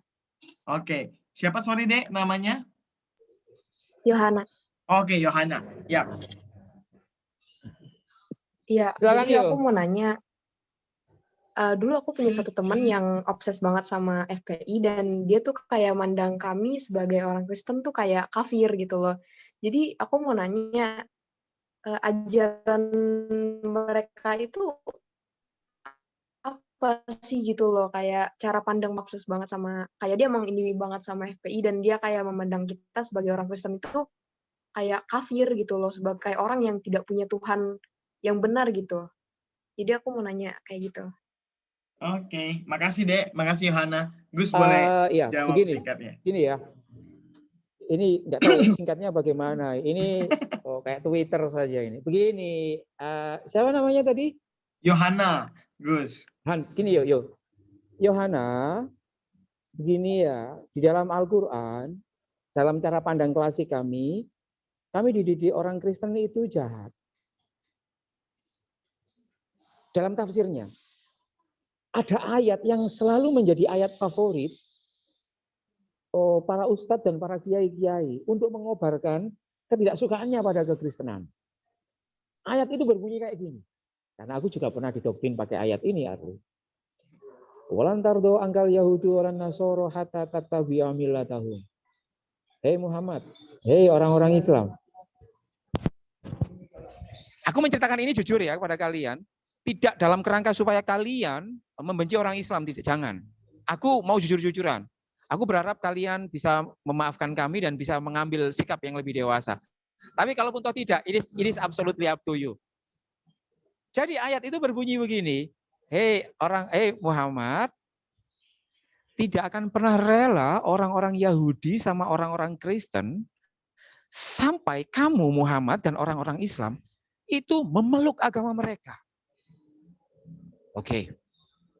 Itu sebenarnya ayat yang tidak fokus soal konversi, itu ayat yang lain. Tetapi ayat itu secara literal, itu kira-kira dipahami seperti itu. Bahwa karena itu sudah ada dinaskan, dinubuatkan di dalam Al-Quran, maka itu harus dipegangi bahwa sampai kapanpun, orang Kristen sama orang Yahudi itu akan selalu terus-menerus menggoda dan mencobai orang Islam supaya masuk Kristen. Begitu ya. Nah, yang menarik Arli, dalam sejarah Indonesia, itu kemudian ayat itu bertemu dengan apa yang disebut sebagai kristenisasi itu. Jadi ada suatu masa di mana bapak-bapak kalian itu, kalau kalian baca sejarah gereja, Pendeta Romi harus mengajarkan apa yang terjadi pada tahun 1967 sampai 1969. Itu kami ini kan sangat takut dengan kekristenan kan karena apa? Karena kami sangat takut dikristenkan. Dan kami sangat takut itu, dan itu pernah ada di dalam ringkasan sejarah, karena menurut Profesor Gerrit Singgi, jadi pada tahun 67 sampai 69, itu terjadi konversi kekristenan yang sangat besar, Arli. 2 millions, 2 juta orang di Indonesia itu minta dibaptis. Kalau itu angka itu terlalu besar, 1 juta lah. Bayangkan saja betapa ributnya orang Islam. Ada satu saja orang Islam masuk Kristen, itu kan ribut banget di sosial media. Ini ada lebih dari 800.000 orang bersama-sama dibaptis. Kami ini sangat takut dulu. Dulu itu kami, ya ampun, orang Kristen gini ya. Kok nafsu banget gitu mengkristenkan kami begitu. Akhirnya kami menaut-nautkannya di dalam Al-Quran itu. Oh, berarti benar nih. Berarti benar. Walantardo itu benar. Nah, memori lama itu, memori teologis dan memori historis, itu dibawa sampai sekarang, Arli. Bahkan ketika orang Kristen sudah berhenti untuk melakukan what we call by Christianization itu sendiri itself. Nah, aku ingin mengatakan bahwa teman-temanmu NG itu didrive dan didoktrin dengan nalar teologis lama dan nalar historis yang lama. Ini sama dengan begini, Arli.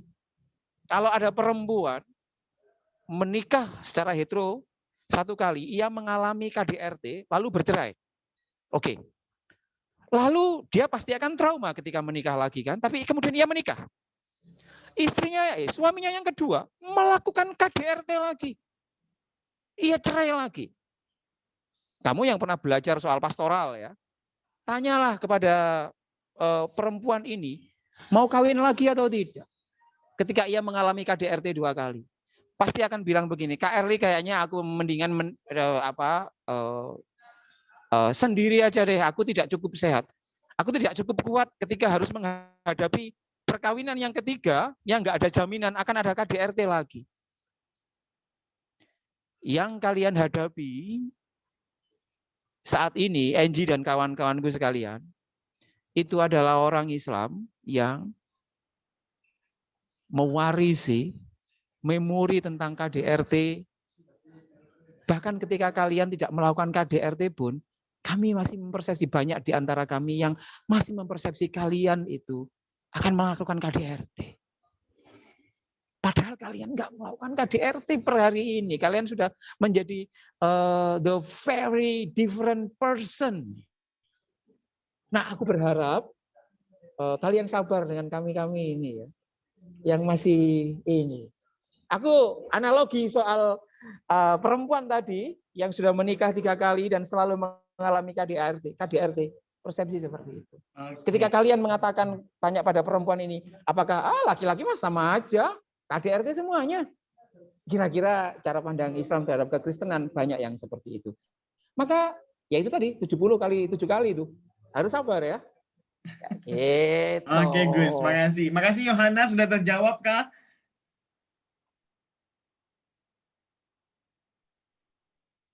Sudah. Oke, makasih Yohana sudah bertanya. Salam bagi teman-teman Maranatha Jakarta ya. Oke, kita ke chat ini. Gus, ada beberapa pertanyaan yang mungkin mereka dapat dari pandangan yang beredar umum begitu. Beberapa pertanyaan lagi juga bersifat akidah begitu.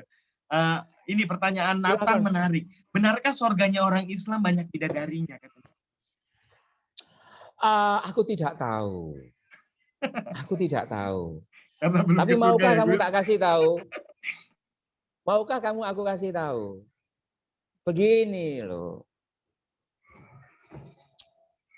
Al-Quran itu diturunkan di daerah di mana definisi tentang keenakan, definisi tentang kenikmatan, definisi tentang hidup penuh berkat, itu harus dimaterialkan, Arli. Di wilayah Arab, hidup enak itu adalah seperti surga di dalam tradisi Romawi dan ini. Kalau kalian pernah nonton film Troy atau nonton film Agora, definisi tentang keindahan adalah definisi yang sangat materialistik. Kenikmatan secara seksual, kenikmatan secara makanan, persis seperti istana-istana, Parao dan lain sebagainya. Itu cara komunikasi Al-Quran untuk mendapatkan simpati untuk followernya. Seperti itu.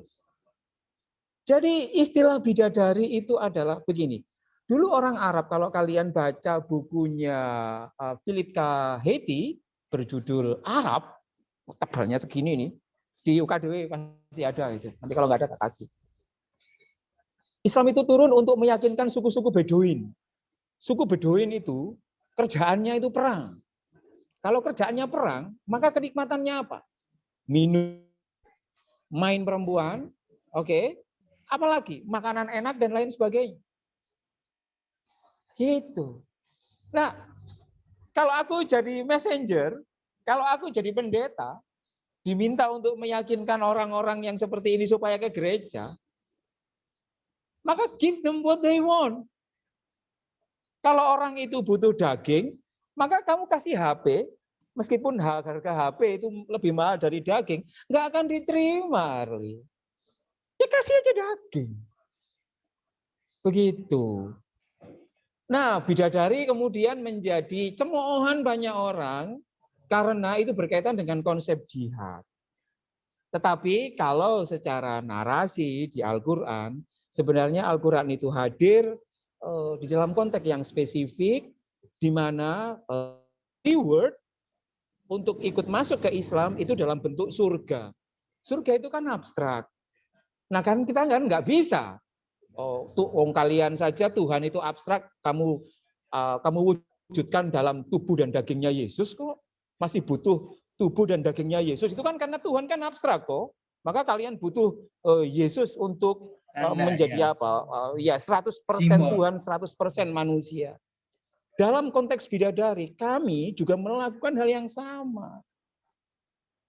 Jadi surga yang abstrak itu kami menubuhkan itu pada sesuatu yang bisa dipahami oleh orang lain.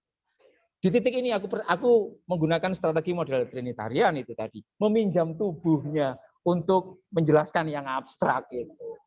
Oke. Jadi begitu. Persoalan apakah ada bidadarinya dan tidak, aku belum pernah ke sana. Tapi kan, iya kalau dia ini Arli, kalau dia hetero kayak gitu. Tapi kalau non hetero kan ya nggak bisa seperti itu. Seperti itu. Oke. Gitu Gus. Arli. Thank you. Ya, ini sudah makin mendekati jam 9, tapi makin banyak pertanyaan. Nggak apa-apa lah. Kita terbatas ya teman-teman ya, jadi mohon maaf kalau ada beberapa pertanyaan yang tidak dapat dijawab. Begitu, berharap sebelum jam 9 kita bisa jawab 2 pertanyaan paling nggak deh. Tadinya mau 1 Silakan. tapi korting lah. Yang 1 apa namanya, dua-duanya aja Arli. Oke. Karena aku kadang-kadang nggak tahu waktu. Dua-duanya disampaikan nanti aku bisa jumping sendiri. Oh gitu. Thank you. Gitu. Yang pertama terkait ini mungkin fenomena yang ditemui ya Gus ya di Indonesia. Apa bedanya Sunni dan Syiah? Itu boleh dijawab. Itu pertama. Yang kedua terkait akidah. Ya, aku gabungkan aja ya. Akidah iya. itu tadi ada pertanyaan terkait kenapa sholat Jumat cuma laki-laki. Lalu kenapa orang Islam tidak boleh makan babi. Dan yang terakhir adalah Oke, ya silakan. Yang terakhir adalah mengapa Islam diperbolehkan lebih dari 1 istri? Apakah mengikuti Nabi? Itu Gus. Oke. Aku tolong nanti aku diingatkan itu ya, apa namanya beberapa pertanyaan-pertanyaan itu ya. Tunisia dulu Gus, boleh. Tunisia dulu. Begini ya. Itu sebenarnya soal politik. Begini, ada pertanyaan krusial seperti ini. Ketika Nabi Muhammad meninggal, siapa yang harusnya meneruskan? Ada 2 pandangan. Satu pandangan mengatakan, ya penggantinya ya anak turunnya lah. Seperti itu. Sama dengan gereja-gereja karismatik, toh. Misalkan gereja-gereja karismatik, orang itu sudah selesai di pendeta, makanya yang diangkat sebagai pendeta adalah anaknya atau menantunya dan lain sebagainya. Begitu ya. Yang berpandangan seperti ini itu kelompok Syiah. Kelompok Syiah meyakini bahwa suksesor Nabi itu adalah ya darah dagingnya. Darah dagingnya, menantunya, anaknya dan lain sebagainya. Itu Syiah. Lalu ada cara pandangnya, enggak bisa dong. Meskipun kamu anaknya pendeta, ya belum tentu kamu nanti harus mewakili. Belum tentu nanti anaknya pendeta Romi pasti akan jadi pendeta di GPIB Margomulyo. Enggak bisa itu, tergantung majelis. Orang-orang seperti ini, orang-orang Sunni, belum tentu bahwa meskipun kamu adalah anaknya Nabi, darahnya Nabi, keturunannya Nabi, belum tentu karena soal kekuasaan itu harus didiskusikan. Ini orang-orang Sunni seperti itu. Awalnya itu saja. Lalu berkembang karena ini 2 faksi ini, yang satu mengatakan bahwa pengganti Nabi itu harus dari darah dagingnya. Yang satu mengatakan, oh tidak. Nabi tidak pernah mengatakan penggantinya harus darah dagingnya. Harus didiskusikan. Ini kemudian berkembang, merembet kemana-mana. Termasuk soal teologi, termasuk soal hukum Islam, termasuk soal macam-macam.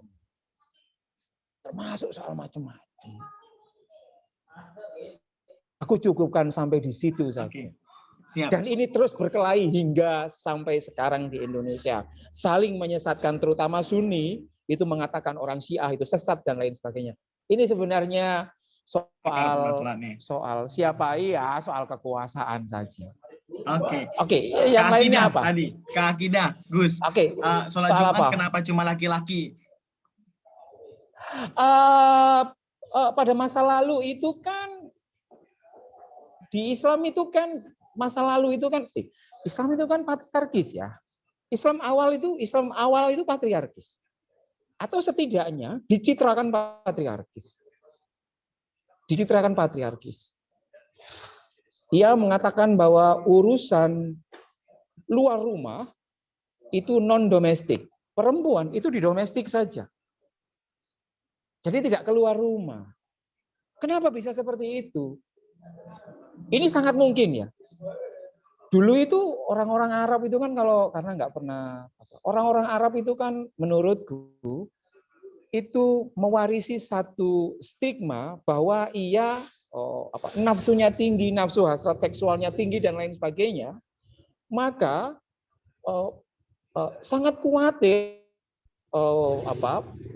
ayah ibu yang punya anak perempuan ini, kalau kamu keluar rumah, nanti kamu digodain banyak laki-laki seperti itu. Ya sudah, kamu di rumah saja.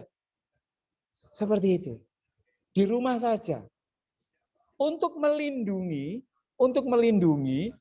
dari sergapan dan dari cara pandang laki-laki yang pada waktu itu sangat nakal.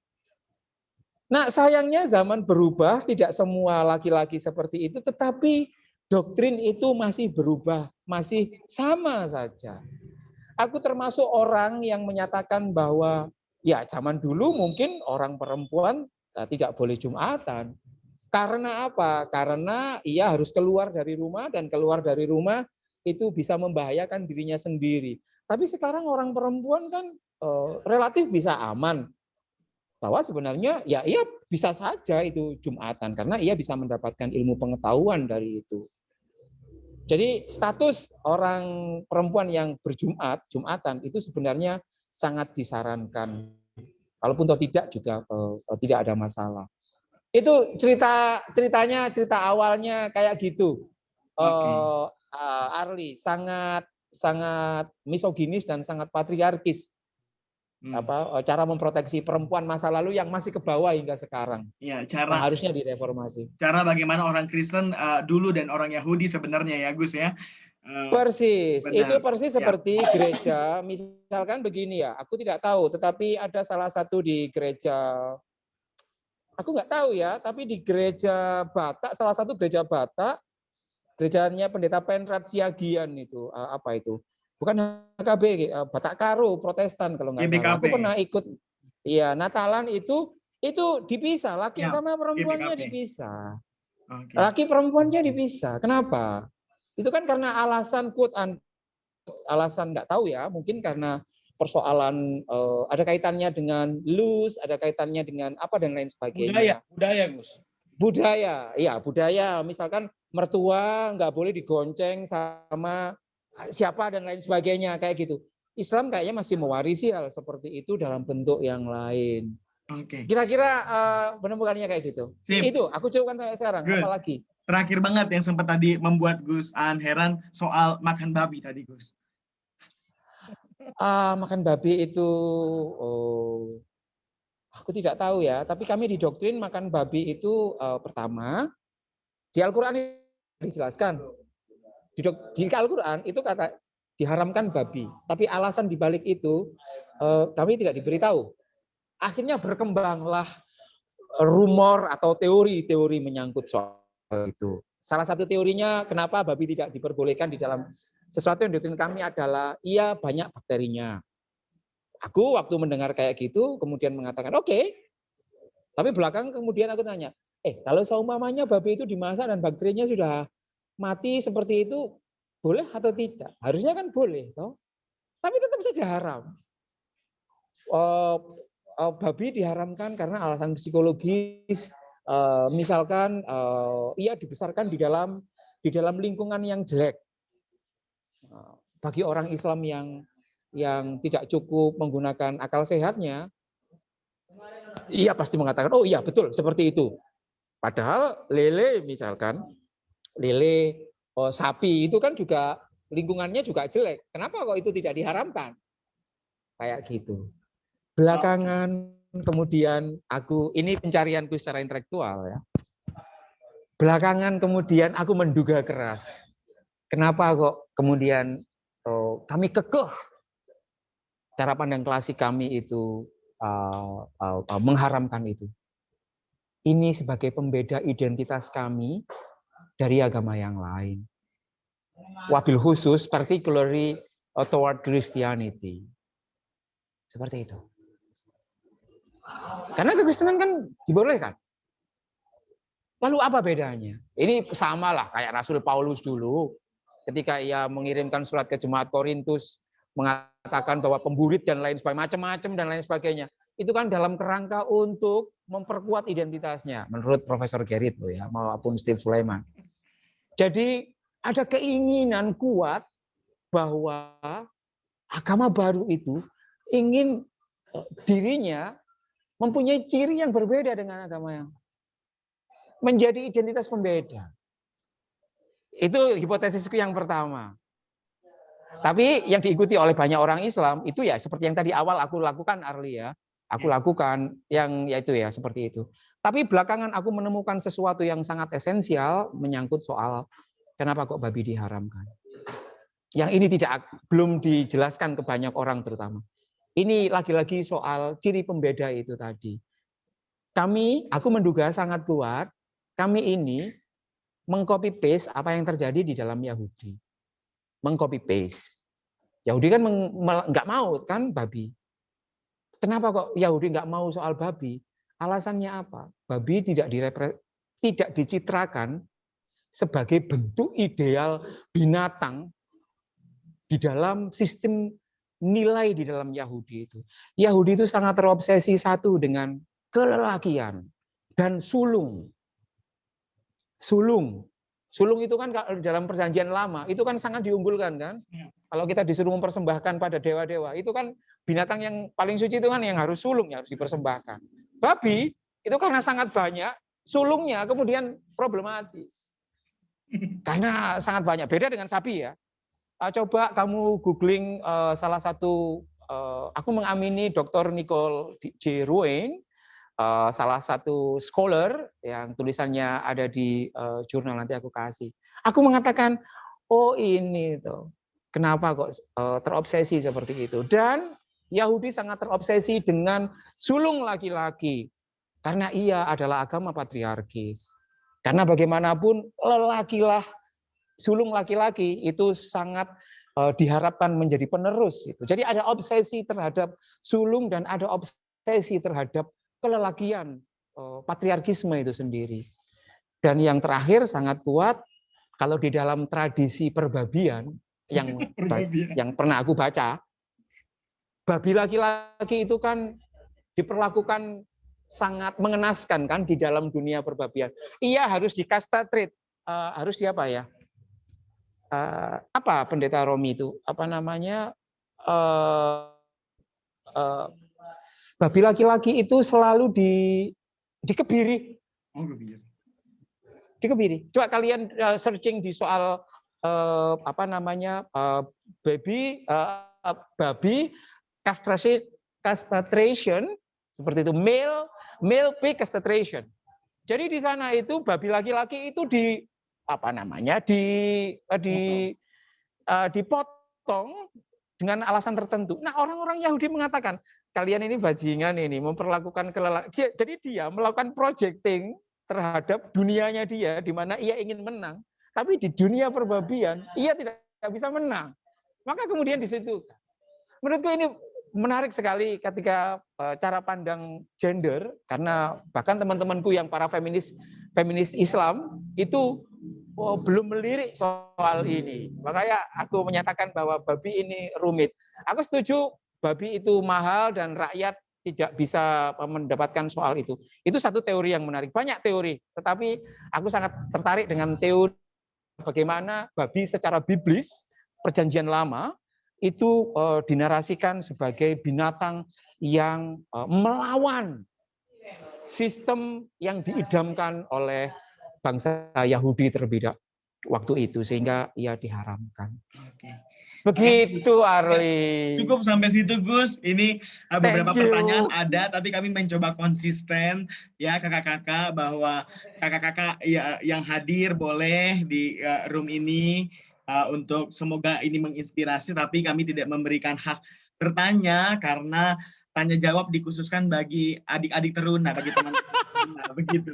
Oke, makasih teman-teman teruna yang Thank udah you. tanya. Ini ada yang Thank you Arli ya. satu Terima sebenarnya kasih. ketinggalan, Gus.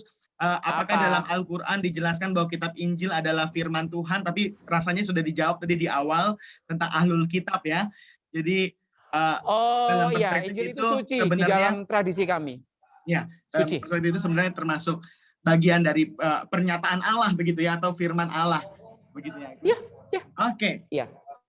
Oke. Terima kasih teman-teman yang sudah banyak Thank you. bertanya. Terima Gak kasih. betah kalau pertanyaannya di akhir-akhir jadi banyak begitu. Kapan-kapan ngobrol lagi lah. Makin banyak dan makin gak kejawab, itu membuktikan bahwa teman-teman harus buat sesi seperti ini lagi. Nah, itu Iya. masing-masing beliau sendiri begitu ya. Arli, sebenarnya kalau dijelaskan secara belak-belakan ini, kami ini agama yang penuh kami agama yang penuh sukacita, penuh kelucuan dan lain sebagainya. Oke. Ini gitu kan. Tapi kalau kalian misalkan mengundang orang yang bukan aku, bisa jadi nanti akan apologetik dan lain sebagainya. Tapi sebenarnya kalau mau dijelaskan secara jujur-jujuran kayak gini, menyenangkan kok. Gitu. Aku juga akan ngomong begini loh, tapi aslinya begini. Aslinya begini. Oke. Seperti itu. Oke, Gus Aan, terima kasih. Nah, teman-teman, kakak-kakak, rasa-rasanya ini jadi perbincangan sia-sia kalau cuma sekedar memuaskan tanya jawab semata. Untuk itu kita mau ke Pak Pendeta Romi nih. Pak Pendeta, apa sih yang harus kita lakukan sebagai teruna GPIB ketika pada kesempatan kali ini sudah tahu beberapa hal, kalaupun nggak banyak, tapi tahulah sedikit-sedikit, atau belajar paling tidak bertanya dan mengenal agama lain, secara khusus agama Islam. Pak Pendeta mungkin boleh bagikan sedikit refleksi untuk kita menutup juga bisa dibilang sesi pemberitaan firman pada hari ini. Gitu. Teman-teman yang lain jangan kabur dulu ya, kita masih dalam rangkaian ibadah nih. Oke, Pak Pendeta. Baik, terima kasih Gus Aan, luar biasa ya percakapannya dan juga respons dari teman-teman teruna, juga Arli yang memandu dengan api sehingga percakapannya begitu menarik. Ya, setiap perjumpaan dengan saudara-saudara Muslim bagi saya secara pribadi itu berkesan bagi saya, ya, bahwa ada juga hal-hal yang tidak terlalu menyenangkan, tidak bisa kita tolerir ya. Tapi begitu juga bisa jadi terhadap saudara-saudara Muslim ketika berjumpa dengan kita, ada juga tentu hal-hal yang sadar atau tidak, sengaja atau tidak membuat saudara-saudara kita Muslim menjadi kurang damai sejahtera, bisa saja itu terjadi. Tapi saya katakan refleksi saya yang pertama secara pribadi, karena saya dibesarkan juga dalam lingkungan yang bineka, yang majemuk, ya. Karena walaupun saya dari keluarga orang tua yang Kristiani, tapi karena sejak kecil lahir besar di daerah Bugis Makassar, sehingga ketika orang sholat saya ada di situ, dari kecil tetangga-tetangga sholat saya ada di sampingnya. Kemudian ya kalau sekarang anak-anak saya itu melihat yang berbeda itu lewat TV ya, dengan Upin Ipin begitu ya. Mungkin teman-teman juga atau teruna juga bisa melihat itu lewat media-media, dan seringkali wajah yang ditampilkan itu wajah yang sangar begitu. Tapi saya bersyukur bahwa dalam perjalanan hidup saya, perjumpaan dengan saudara-saudara Muslim itu sejak saya lahir, saya ditemani, ibu saya ditemani oleh seorang ibu haji dari Bugis, dan saya bisa lahir, dan itu menjadi cerita yang selalu disampaikan oleh ibu saya. Dan ketika kecil pun, kalau hari Lebaran, tadi ada yang singgung tentang selamat Lebaran dan selamat Natal, dalam masa saya, ketika saya di kota kecil Parepare, itu di Sulawesi Selatan, setiap Lebaran sejak pagi sampai malam kami berkunjung. Dan setiap Natal, teman-teman ibu dan bapak saya yang beragama Islam datang berkunjung ke kami. Jadi seperti saudara, sahabat seperti saudara satu dengan yang lain. Dan dalam setiap perjumpaan saya, ketika menjadi pendeta pun, termasuk terakhir saya melayani sebelum di Margomulyo, saya di Solo, saya dan teman-teman Muslim, paling tidak di sekitar gereja yang menjadi tokoh-tokoh di masjid, tapi juga di masyarakat, kami punya komunikasi yang begitu baik sampai dengan saat ini. ketika di Pospelkes di Kalimantan Barat pun saya bisa menjalin komunikasi secara khusus dengan teman-teman NU di daerah-daerah transmigrasi di Kalimantan Barat, di wilayah Ketapang, Kabupaten Ketapang, masih sekitar 10-15 jam di Pospelkes, dan itu berkesan bagi saya. Dan malam hari ini pun, ketika saya bisa berjumpa dengan Gus Aan melalui percakapan kita, membuat kita berbicara tidak hanya terbuka, tapi juga melihat bahwa ada pintu yang terbuka untuk setiap jalinan persahabatan dan persaudaraan di tengah kepelbagaian yang ada. Karena itu saya ingin memberikan catatan-catatan yang singkat saja. Tadi Arli sampaikan kepada saya waktu Pak Pendeta 10 menit saja, sudah 4 menit, saya pakai stopwatch supaya tidak kelamaan. Saya memberikan catatan untuk kita semua. Saya izin share screen melanjutkan apa yang saya sampaikan tadi, ya, karena kita ada dalam hari Minggu Trinitas, ya. Maka saya mau berangkat dari hal itu, bahwa ajaran Trinitas